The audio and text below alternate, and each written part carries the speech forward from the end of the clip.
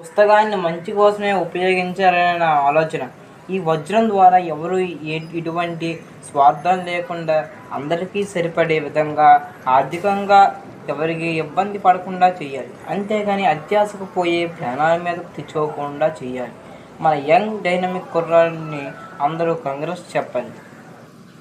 కాంగ్రెస్ తర్వాత రాజుల యుద్ధంలో చనిపోయాడనుకున్న ఆ రాక్షసి రాజు 500 సంవత్సరాలుగా ఇంకా బతికే ఉన్నాడంట.